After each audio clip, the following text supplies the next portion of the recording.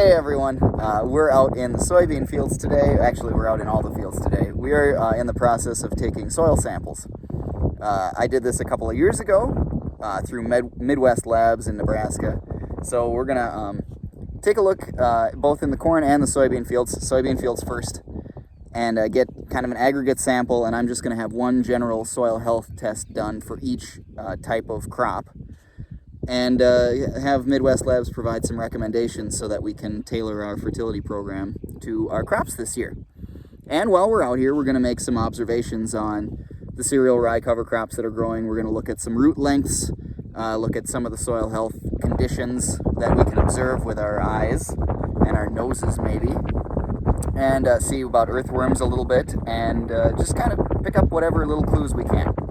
So that is what we're doing, and we'll carry on. Oh yeah, and Dana, my wife, is helping me too. Yes, I will. So all I'm doing to take a sample, and if there's farmers watching this, you're probably more well-versed in this than I am. I haven't done this very many times, but for others, we're gonna just sort of clear off the residue on the soil surface. I try and pick a spot in the field that's sort of representative of the general character of the field.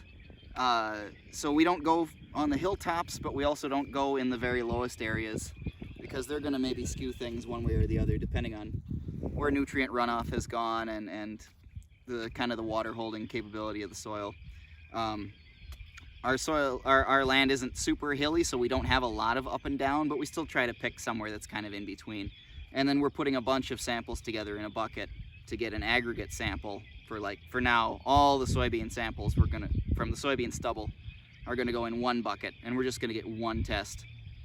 And for us, the soil testing is not the be-all end-all. It's not what we're gonna base our entire plan of action on. It's just one factor that we're using to try to make good decisions. So, I like to kind of dig a hole. I don't have a soil probe, but I've got a little garden spade this is 6 inches from top to bottom here. So we dig ourselves a little hole, and while we're digging, we kind of look at the character of the soil. One thing, since we're only in our second year of no-till, I can see just even in the surface we've got some compaction. We don't have a lot of aggregate pore space, but we don't really expect it yet either, because we're fairly new to this, and it's going to take some time to establish that, and maybe some creative measures on our part later on. But while we're digging, we just kind of take a note of how compacted are things. This is actually fairly crumbly. We have a lot of clay. This is pretty sticky in this part, but each clump is a little bit different. This is more dry from the surface, but it crumbles up pretty nicely. In the spot we're in right now, this is fairly nice, dark looking soil for our area, but it definitely has some compaction layers. It sort of flakes apart without a lot of pore space in between. So we know that we don't have a really great aggregation yet, but that's what the cereal rye cover crop that you can see all around me here. It's very little at this point, but that's going to help with that by putting root exudates into the soil and attracting bacteria, and the bacteria will help form microaggregates. So that's our first step. And then, of course, later on down the line, when we have a healthy food web happening, we can look at better aggregation and even better soil structure. But for now, that's kind of what our first step is that we're going to be looking for. So I've got a little hole dug here now that's deep enough that then I'll take my actual sample by taking the little garden spade, and we're just going to slice off a profile in that top 6 inches. Get that pushed down to the top of the spade, or hand spade, whatever you want to call this little tool. Okay, so now that's too much. I don't want so much soil, so I'm going to take some of it off, but try to preserve that column. And lots of guys will use a soil probe, which would be nice to have. I just don't have one, so this works fine. So there, we've got a nice little shaving of that first top 6 inches of soil, and I'm going to put that in the bucket.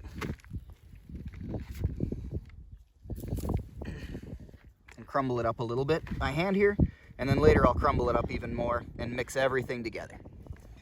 So, and then while we're here, one of the things we've been doing is just kind of noting whether we find any earthworms. In this particular spot, we haven't seen any yet. The last place we dug, we found, what, 2 or 3? 2, yeah. So, we can kind of take a note, take some of that soil and give it a little smell. It isn't what I would call like a nice ideal smell like you'd get out of compost, but we can kind of take a note of what the character of it is. Right now I'm saying that it smells a little bit, it reminds me of when, if you go to a lake in the summertime and there's some algae along the edge of the lake, or that sort of freshwater lake smell that'll come off, is the only way that I know how to describe it, I guess. It's got kind of that Minnesota freshwater marine sort of smell, if that makes any sense at all. So that's just something that maybe we'll note so that we can see if there's any clues that would give us. We can kind of look into that a little bit, but then also we can just keep track and see in future time periods when we come out and look again if it still has that same character, if it's changed any. So, and we'll check that in the different fields too. The other thing we can do that Dana and I did in the last field we were in but haven't done here yet is we can dig up one of these cereal rye plants, and we're going to look to see, find one that looks good here, like it's fairly well established. But we can look to see what the root structure on that looks like, so we know how far those roots are going in to our soil, and try to judge what kind of a rhizosphere this cover crop has. So we kind of want to be careful and delicate so that we get an idea. Crumble away these clumps of soil that these roots are clinging to.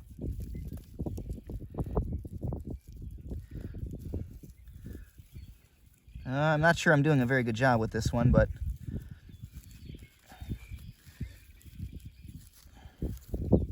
we might be able to still get a general idea. It was kind of tied together with some neighboring plants. There we go. So we can get an idea if you can. Does that show up okay, Dana? Yeah, can you just pinch the top of the leaves to get an idea of what the proportion of leaf above ground to root below ground is Sure. like on a plant like this? Sure. So there, if we kind of pull that. Beauty. Basically what I'm seeing and what we saw in the last field is that the root structure goes down just a little bit deeper than the height of the plant at this point. And so we'll keep checking that as we get closer to planting time and see if that ratio changes. But we know at least that when you see the cereal rye at this stage sticking up out of the ground, however tall it is, you've got roots going in about the same depth or a little bit more. And that's going to help stabilize that soil structure for erosion and everything else. And then the benefits of actually having that living root that's got a biological system going on around it. So just a little things that we can check on as we're taking samples here. So that's it for this little spot. We'll move on and do a few more. All right, well, we weren't gonna film the next one, but actually it's kind of worth noting that the soil structure at our next little spot here that we've picked in the field is considerably better than at the last one. The other one had quite a bit of compaction going. This soil seems to have a little bit lighter structure. You can see it crumbles apart in my hands a little bit better, and it seems to have some aggregation, which the last spot had very little. I've noticed in our soybean fields, they've had less cover cropping, just as the way things have worked out than like the corn residue that we're going to go into next. So it'll be interesting to see the difference, but the soybean fields have tended to, if they're showing any aggregation, just be in the top inch or so of soil. This spot that we're in now, just for whatever reason, in the character of the soil on our farm, seems to be somewhat better. For anyone new to this terminology, what is aggregation? Little clumps, clumping, pulling together of soil particles into clumps, which is usually done initially by bacteria. They form little microaggregates by using bacterial glues that they produce. And then later, when you have fungi present in the system, in a perfect system, you'd have both operating together all the time, but tillage tends to destroy fungi, and then it takes time for them to get established. So any farm that's converting from a tillage type of system to a no-till system is first going to build aggregates, little soil particles and pore spaces through bacterial action. And then as you get the fungi back into the system, they will form larger soil aggregates. They're fungal hyphae. They produce their own types of glue as well. Glomalin is the one that I'm most familiar with, but then they will start to pull those micro aggregates that the bacteria have made into macro aggregates, or larger soil particles. And that just allows more pore space and better infiltration for rain, and helps to work out any hard pan or compaction layers that you have, among other things. There's a lot of moving parts when you're talking about soil ecosystems, so they're not the only thing that does that, but they're one thing that does that. So we have better aggregation in this spot, in summary, and it's kind of nice to see.